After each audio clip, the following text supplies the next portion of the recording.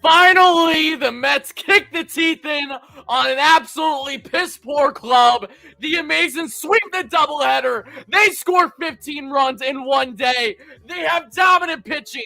Bullpen was perfectly fine. Finally, to start September, to start this streak, we have 16 straight games against bottom feeders well below 500. The Amazons come out. They don't just get the job done. They break out the bats. Eddie Escobar, my man, I'm so pumped to talk about you. Tyler Naquin, how you doing?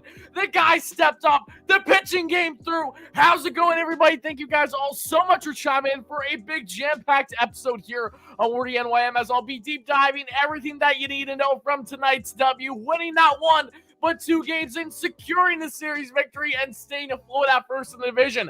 I love to hearing from the schmuck saying the Mets will be out of first by Friday. Sorry to tell you this, but no, that is not the case right now. So you'll love to see that, guys. Let's get those W's in the chat. What's up, Dave, my good friend? How's it going to all my great members and live viewers here in the chat? Thank you guys so much. And for people on replay, smash that like and subscribe on. Help us get 100 likes for the first short-term goal and help us get an 18K subs for the next short-term goal as always. But guys, I'm juiced.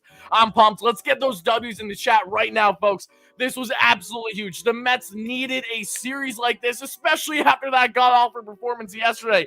Thankfully, thankfully, I didn't have to witness that game yesterday live. I was out of town. I was actually at a concert in Camden. That was a lot of fun. If you guys know Suicide Boys, Snot, Ski Mask, then yes, I was at that concert. If you know, you know, for my younger viewers especially. But guys, let's get those dubs in the chat right now. This was huge. The Mets need this one. And Rebecca, I'm going to tell you why the Marte news, while it definitely is not great, it could have been a lot worse. So we're going to get into Marte and his injury. We're going to get into it all, guys. But more than anything, spam those dubs in the chat right now, guys. It's greatly appreciated. And thank you guys all so much for chiming in. Like I said, we have a plethora of notes. So I think given the fact that the Mets, at the time of recording this being live right now, just won Game 2 and swept this doubleheader, we'll start with Game 2. We'll talk about Jacob DeGrom going 7 scoreless and all the offense that ensued, just breaking the doors open. The barrier has been broken. The water's flowing through. And that is this Mets offense putting a 10-piece, just like how I like my chicken nuggets. I can't even speak right now, on the Pittsburgh Pirates. So, guys, you know the drill. We got the plethora of notes here. Then after we break down Game 2, we'll go into Game 1 a little bit. I'll give you guys not nearly as many notes for Game 1 after that 5-1 victory. But how we feeling, Mets fans? Again, I know, I understand this is against a Pittsburgh Pirates team. We can't get ahead of ourselves. I'm fully aware. But here's the thing. The Mets needed to win this series, and they need to prove that they can actually step up to the plate and show some great offense. We saw what the Braves did last time that they were playing the Atlanta Braves. Pardon me, the Braves playing the Pittsburgh Pirates. They blew the doors off of them. The Mets gave up, what, at least 6+ runs where they lost by in their previous 3 losses against the worst teams of baseball, the Nationals and the Pirates. It was that imperative. It was that important for the Mets to come out guns a-blazing and really from the start to finish, as the game started at 12:35 p.m. Eastern time today. The second game ended at around 10 p.m. today. It was a whole day of baseball games for the team in Queens, but they go into Pittsburgh, they get the job done. And that's why this is a statement, guys. It is a race now. There's no denying, head-to-head between themselves and the Braves down the stretch. And there's a great chance that whoever wins that final series against each other in the end, it's early October, I should say, the second to last series of the Mets season is against the Braves in Atlanta. It very well can come down to that series on who's going to win this division. But until then, you have to take it one game at a time. And the Mets came out and they did exactly what they were supposed to do. And that is what is so important about this. The Braves are going to continue to decimate lesser clubs. The Mets on paper have the easiest schedule in all baseball. The least this team could do is to start to take advantage. They have finally shown that with a 2-game winning streak right now. Hopefully they can continue and roll and get at minimum 2 or 3 in Miami, if not a series sweep. Miami has lost now in 9 straight games. If they lost tonight for Philly, they haven't scored more than 2 runs consistently in the longest time.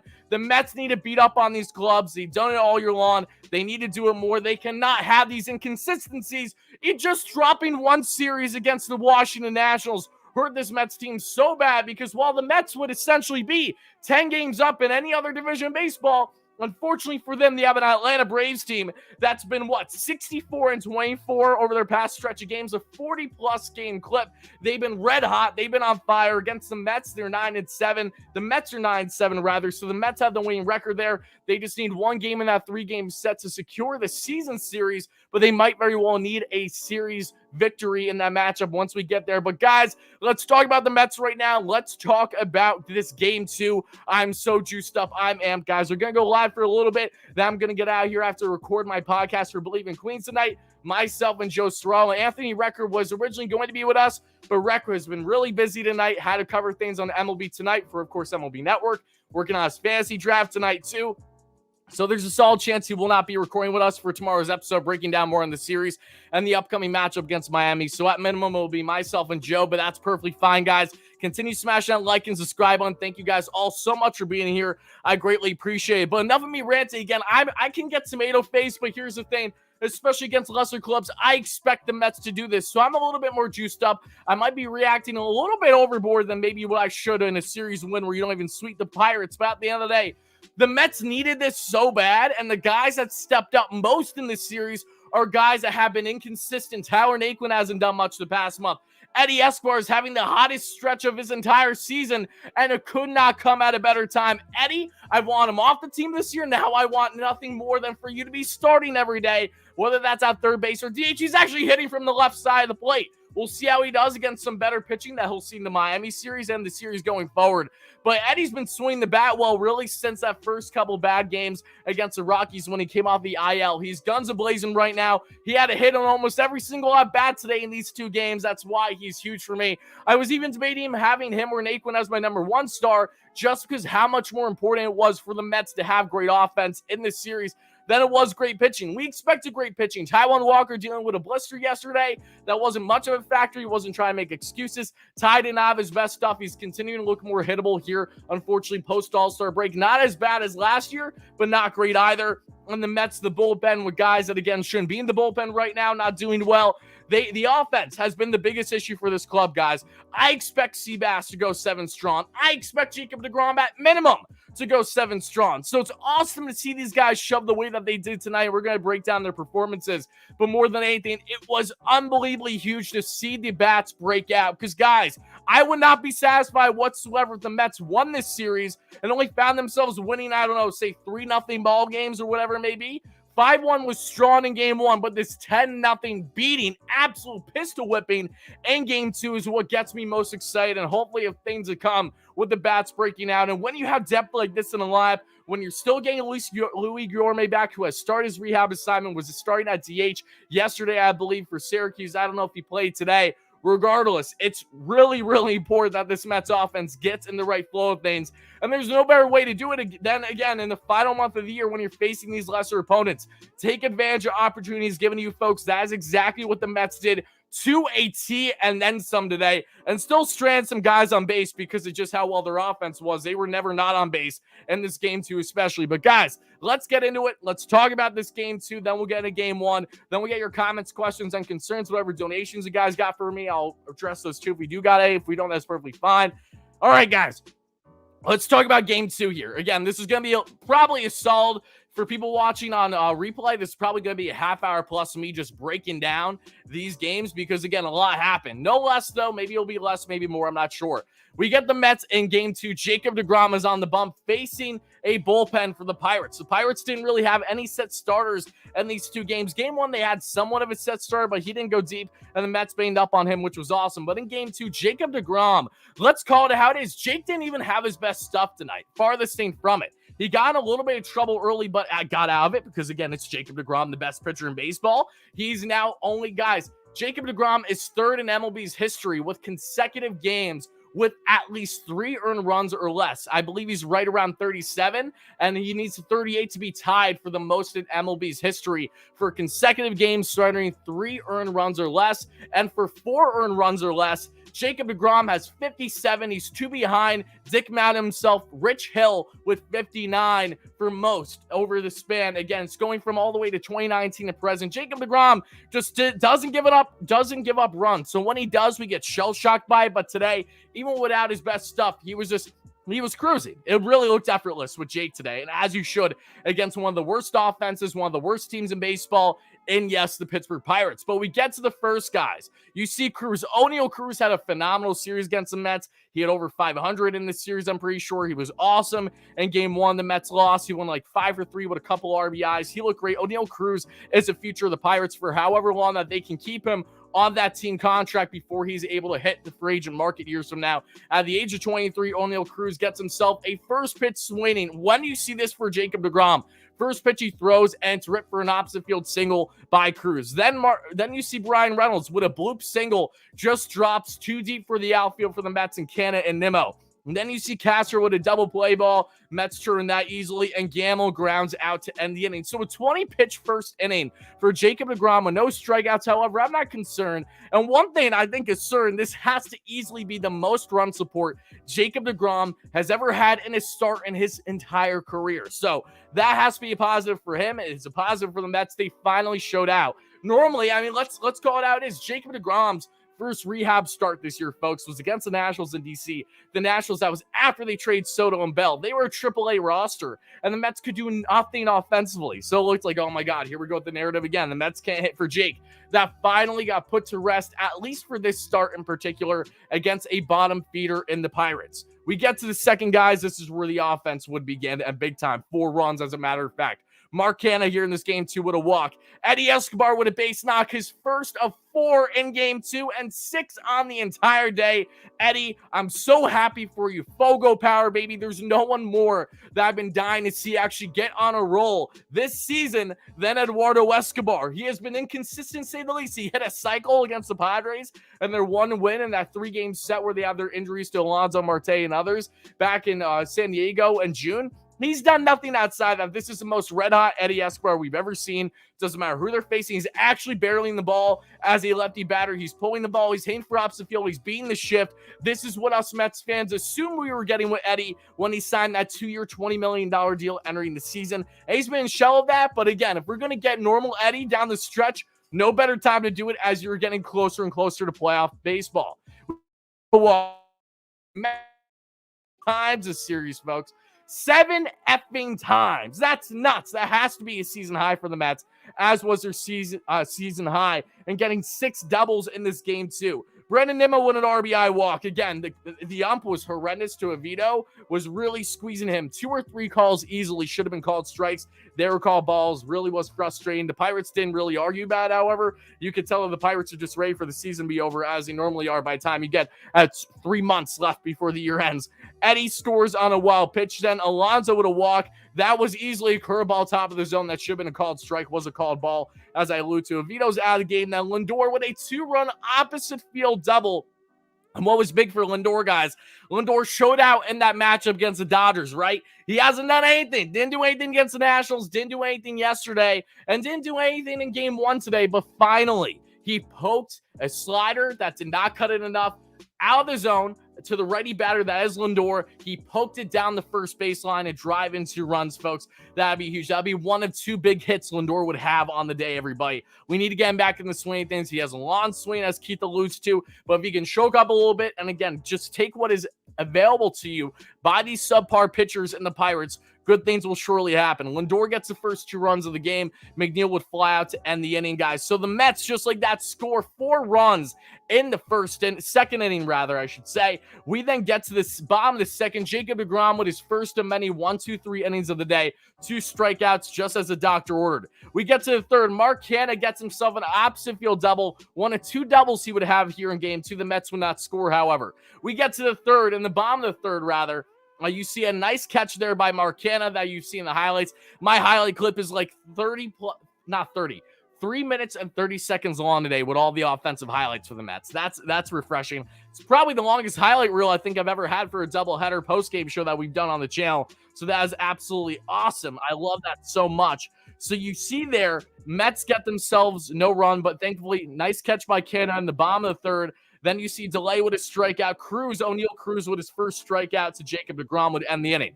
We get to the fourth.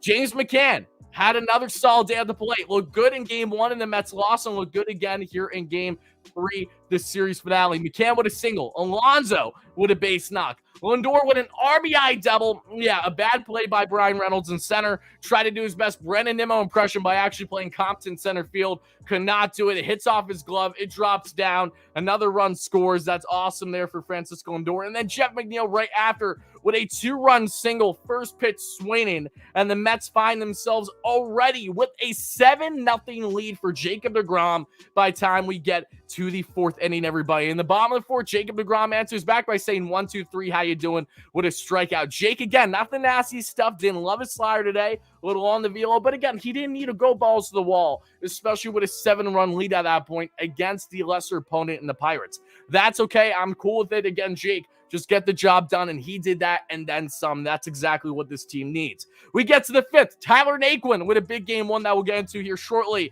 He gets himself a base knock, and Eduardo Escobar with an oppo single. Eddie already with multi-hits in the game. He's just getting started. And then we get to the 6th. Jacob DeGrom with a clean inning, gives up 1 base knock and a strikeout to end it there in the 6th.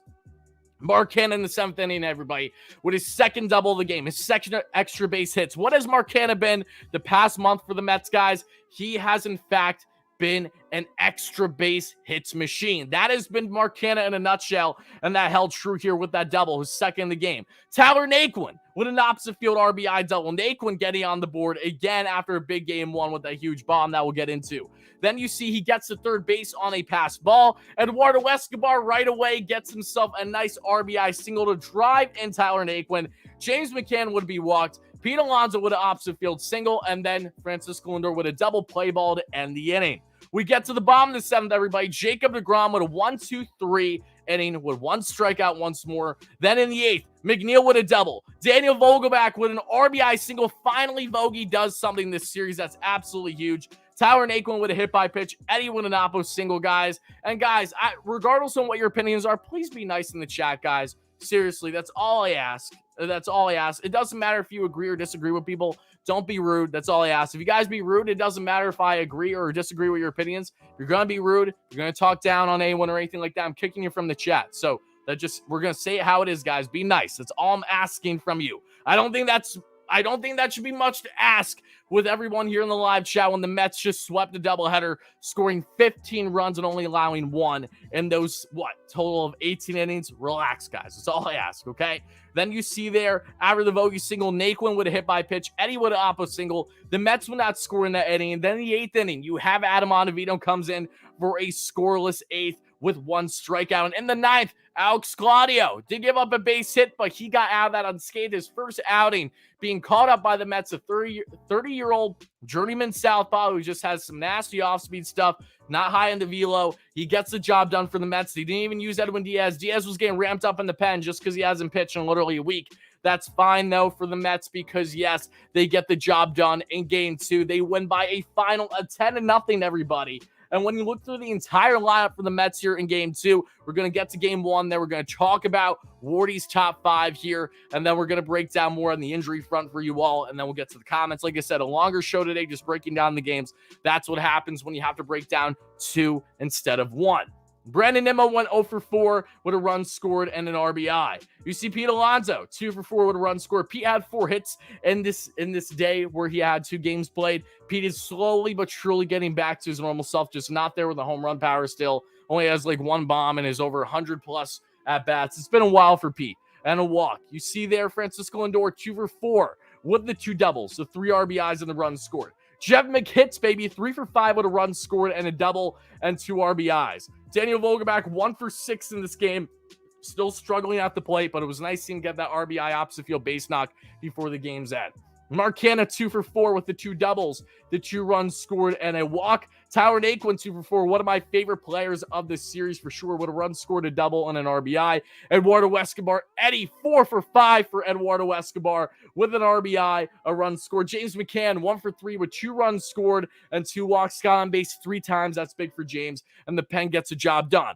Now let's pivot into Game 1, guys, here quickly, and then I'll break down Wardy's top 5, expand on why I feel the way that I do further, and then we'll get into the rest of the stuff, guys. In the first, guys, against the Pirates in Game 2 today of the series overall, but Game 1 of the doubleheader, 12:35 p.m. Eastern Time game. Chris Bassitt comes on the bump, and Seabass proved more to me. I got to say how it is, folks. Chris Bassitt was more impressive to me today than what Jacob DeGrom was, because you expect Jake to absolutely dominate against the Pittsburgh Pirates. And yes, you expect Chris Bassitt to do the same, but Seabass showed his mental toughness. He was cruising through 5, got a little bit of jam, escaped it. He's very solid at getting out of jams without giving up a plethora of runs there. And again, the only run scored by the Pirates today was with Chris Bassitt's start, but with the 10 punchies, Seabass deserves endless credit. I was very happy with his arsenal today and just how he made the Pirates hitters look silly, as did Jake. But Seabass, to me, slightly impressed me more just because of the fact that Seabass, this could have been a start where he only went maybe 5 or 6 innings, allowed 2-3 runs. But no, we got a Chris Bassitt today that absolutely shoved from start to finish. But talk about the offense, guys, that would hold true here as we get into game 1 of this doubleheader, guys. In the first, the Mets would score their first run thanks to Nimmo with an infield single, beating out the third baseman.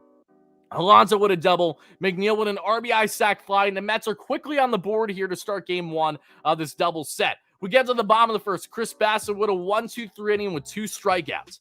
The second inning, guys, already with 2 outs. Eduardo Escobar with a base knock. Nito with a double. Nimmo flies out to end the inning. The Mets do not score there, but it was promising to see 1, Nito with an extra base hit, and 2, Eddie continuing to swing that hot bat that would be hot as hell all day long. And against these Pirates, really has been, really since that, after that Rocky series against the Mets, since he came off the IL.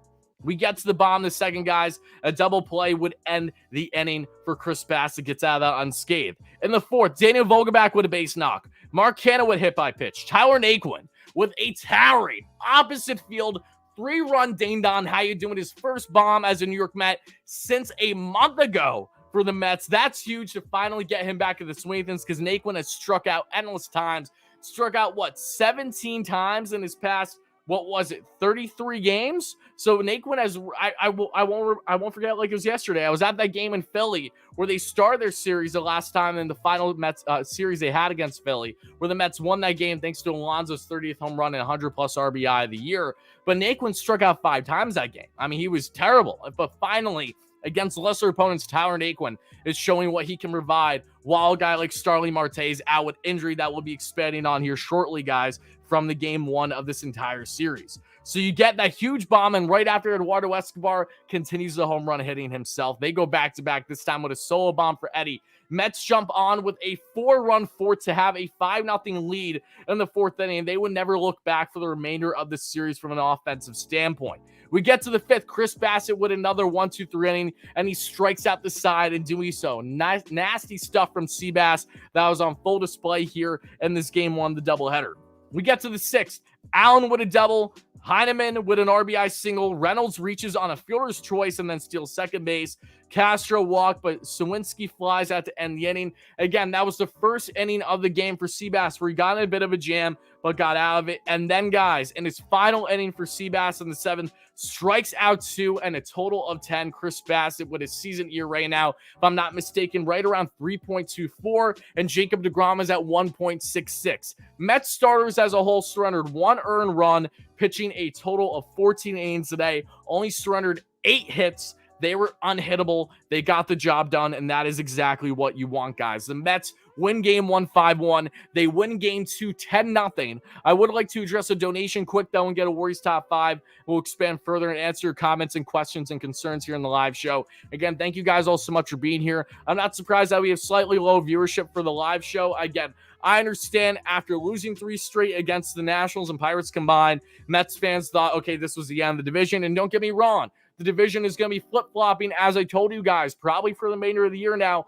unless we can finally see the Braves choke up a little bit in a bad way against a red-hot Seattle Mariners team, the second-best team in baseball throughout the month of August, only trailing the Braves. They enter Seattle starting Friday. They both themselves and the Mets have an off day this Thursday coming up tomorrow. So it's going to be huge to see how the Braves do in Seattle. That is a big series where the Mets will be in Miami, can try to take advantage, and hopefully for the Mets, they can gain at least 1 or even 2 games on the Braves if the Mets win 2 of 3, and if the Braves lose that series, or at minimum at least lose 1 of those games, that would be huge. If the Mets could be a game and a half to 2+ up on the Braves by time the weekend ends, that'll be a great scenario for the team in Queens, all things considered, given the schedule and given who the Braves face. This is probably the hardest team that the Braves have to face this year, other than the Mets. that we will see in the final week of the season. But let me get to a dono quick, then we'll go forward here in the show. Shout out to all my members here. Shout out to all my live viewers. And shout out everyone on replay. Continue smashing on like and subscribe on. And guys, if you're a schmuck like me, don't forget to check out the schmuck shirts, all the different 7 shirt options we have, with a trumpet shirt, Daniel Vogelback shirt, Anthony Record Get Wrecked shirt. We got a bunch of different Met-centric shirt options in the description down below at shop.Bleav.com, or if you want to do Bleav.com/shop, that's BLEAV. Bleav in Queens is a podcast. Check it out, guys. Great prices. I've already seen people on the channel hit me up saying how much they love the merch and that they got it today. Shout out to you as well, Mr. Carroll, who's a great member on the channel, for letting me know in the live chat before the show even started. I appreciate that. Ed with the $5 dono that says, Braves back to staring up at daddy where they belong. Let's now keep them there. I mean, the Mets are half game up, but yes, to an extent, that is true. Thank you so much again for the dono. I don't know if we got any other donations. If we did, let me know in the chat, guys. I don't think we did. But let's talk now about Wardy's top 5 before we get to the health update. So, actually, I shouldn't say that. Let's talk about the lineup first in game 1 of this doubleheader. Brendan Nimmo went 2 for 5 with the runs scored. Pete Alonso 2 for 5 with the double.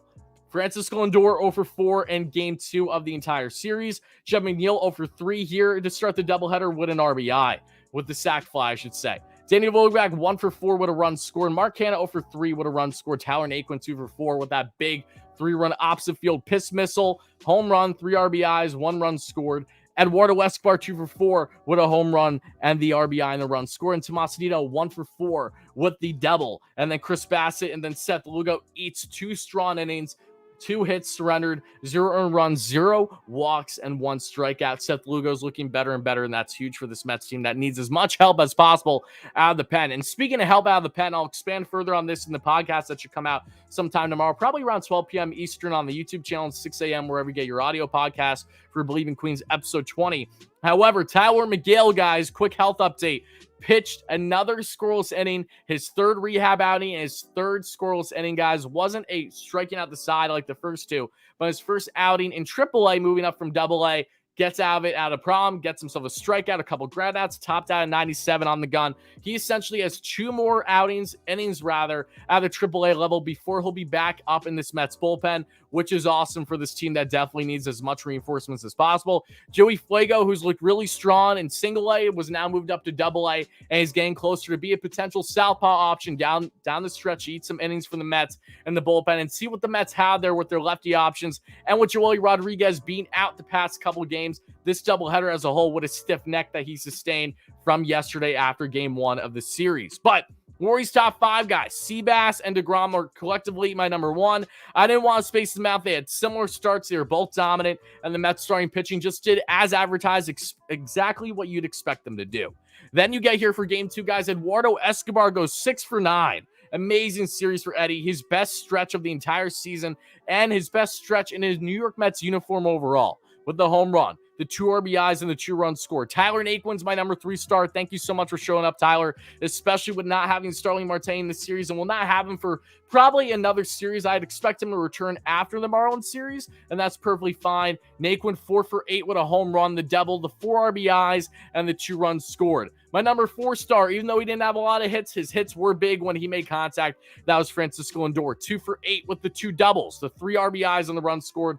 All came in game 3, the series finale, this matchup in Pittsburgh. And my number 5 star, Jeff McHits, baby, 3 for 5 with the double, the 2 runs scored, the 2 RBIs, the run scored, and the stolen bag. McHits was awesome. He was really swinging it big in this game 3 series finale. But guys, health updates. As we know, Max Scherzer went down. He's placed on the 15-day IL, which is good. If you guys know, I discussed this like 2 episodes ago and Bleav in Queens. I think it was episode 18 with Joe, where he said, or it was in a post-game show. I don't even think it was actually during the podcast. It was after one of my post-games when I had him on the show, guys, my co-host for Bleav in Queens. He said it wouldn't be a bad idea to potentially have Max on a Phantom IL. So just make sure he stays healthy because you need him down the stretch come playoff time. And the Mets essentially did this. Look, he's not 100%. He said he just feels achy in his left side where he had his oblique injury, his strain earlier this year. He doesn't have a strain right now. And because it's retroactive, Max can return to the Mets as soon as possibly September 19th, which is 12 days from now. So the Mets, yes, they're going to lose Max for a couple starts, but that's perfectly fine. This is now, if you're going to lose Max at any time in the season, now is the time when you're facing these lesser opponents. So you're telling me he's not going to have to worry about missing a start against the Braves potentially. That's all that matters. You're going to have David Pearson assumably in the rotation with Trevor Williams as a potential backup option, and the next starter to that Max will miss before he returns to the rotation. Max, heal up, take your time. We want you healthy. We need that oblique okay. That is literally all that matters, is you healthy come playoff time. You and Jake, the Mets will go as far as you take them, along with the offense being competent, and thankfully they showed out today for the first time in a while. And then we got Claudio was called up, and Claudio again had a scoreless inning and the Mets series finale and series win today that we just were talking about. Starling Marte has a non-displaced finger fracture and is listed as day-to-day. Now, Rebecca in the chat was talking about this, and this is my take on this. Rebecca, you especially here in the chat. It's really important that this type of injury happened and not a broken hand. Because when we saw him get hit yesterday, I saw that on replay and it gave me flashbacks of Lindor when he hurt his oblique in Pittsburgh last year, the series I was in attendance with when Diaz gave up the freaking grand salami for the walk-off. When Lindor got hurt, he was then out, 5-6 weeks down the stretch. It was right after the All-Star break last year, so it wasn't the same timing, but when the Mets go to Pittsburgh, things normally don't end well. That was the case in Game 1 with Marte's injury and the loss. But it's great that Marte is going to have a day-to-day injury versus a broken hand that would have him out for the rest of the regular season and potentially in the playoffs. If you have a broken hand, we saw how that impacted a guy like J.D. Davis as the reason why he's no longer on this club, because he can never get back into swinging things with this team, regardless on his success in San Francisco. You would not fool me to say that he would be doing the same exact thing here right now. I just simply will not believe it, regardless on how lopsided that deal looks on production as we speak between himself and Ruff. So you're going to have Marte day-to-day. He'll probably return after the Marlins series, if not sooner. Once he returns, how's that finger going to be feeling? He's probably not going to look the best in his at-bats, if I had to assume. Again, I hope I'm wrong. We saw Francisco Lindor with his finger issue back to start the Dodgers series in early June last year in LA when he got his freaking finger jammed in the door. We saw that impact it had on him. Glove was fine, but offense took a bit to get back into swing of things. It really took him a couple of weeks, upwards of a month, to really get back to the Lindor that we know and love on a consistent level. But for Marte's sake, it's just important that this is not a broken hand. So yes, even if Marte's only playing at 80% with, say, the grip of the bat, we see McNeil doing a similar job after getting stitches against the Phillies. I was in attendance for that game too a couple of weeks ago, and see Field when the Mets lost in extras. That was a frustrating game. No less, it's important for the Mets that they have Marte down the stretch here. So even if he's playing a decent sum of games at 8%, they don't need to push him. They don't need to press him. The Mets have options in the likes of Tyler Naquin. And add even further, once Luis Guillorme returns down the stretch this season, there will be some games where you have Guillorme potentially at second base, and then you have Jeff McNeil in left field when, say, you like that matchup better than, say, Marcana, if Marcana cools down a little bit or something of that nature. So the Mets will have their outfield options and a plethora of them for Marte as he continues to heal up and get better with his non-disclosed fracture, and I believe his right hand middle finger. I could be wrong. Whatever finger it is in his hand, he's going to be fine. And thankfully, again, the Mets have options to weather the storm here against lesser opponents in the final month of the season. But overall, guys, that is Rory's Top 5. That is your health updates, and that's really all you need to know about this series when it comes to this doubleheader today. I'm going to expand on it further, guys, like I said, in Bleav in Queens episode 20. But for now, guys, I want to know everyone's raw reactions to this series win. I want to know, what is your biggest takeaway? Who is your number one star from an offensive standpoint, not just from the doubleheader, but from this entire series? Let me know here in the live chat right now. Continue smashing that like and subscribe on. We're trying to get upwards of 300 likes by the end of the live show. 200 would do as well. Thank you guys so much in advance. For people on replay, let me know your thoughts in the comments below. What is your biggest takeaway from this huge series sweep of a doubleheader, winning the series overall in Pittsburgh against a Pirates team that was pesky in Game 1, but the Mets got back to playing the way that they should be playing every single night against teams well below 500. And let's face it, the Mets have been phenomenal against teams above 500, better than the Braves by far, and they've dominated the NL East as a whole. So anytime that they're playing lesser opponents especially, you expect great things from this team. When they underplay, when they lose 3 in a row the way that they did, the sky felt like it was falling for many fans. Not myself. I knew that the Mets would pick themselves up. We're going to see some up and downs, but this was was a positive. So let me know your biggest takeaways in the comments below. Smash those buttons. People in the live chat, let's get your comments now. What is your biggest takeaway from this game? But for people on replay, this is where I'm cutting things off.